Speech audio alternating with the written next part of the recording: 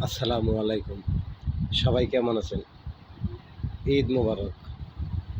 পবিত্র ঈদুল ফিতরের শুভেচ্ছা এবং ভালোবাসা রইল সবার জন্য।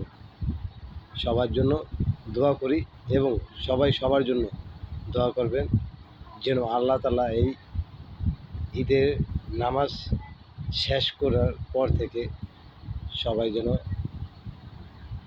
সবার গুনাহ যেন আল্লাহ মাফ করে দেন এবং সবাইকে যেন আল্লাহ ভালো পথে নিয়ে যান। সবাইকে যেন ভালো রাখেন এবং সবসময় মানুষের কল্যাণে কাজ করবেন।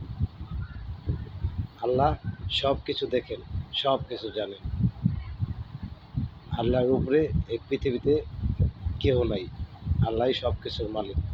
আমাদের সবাইকে যেন আল্লাহ মাফ করে দেন।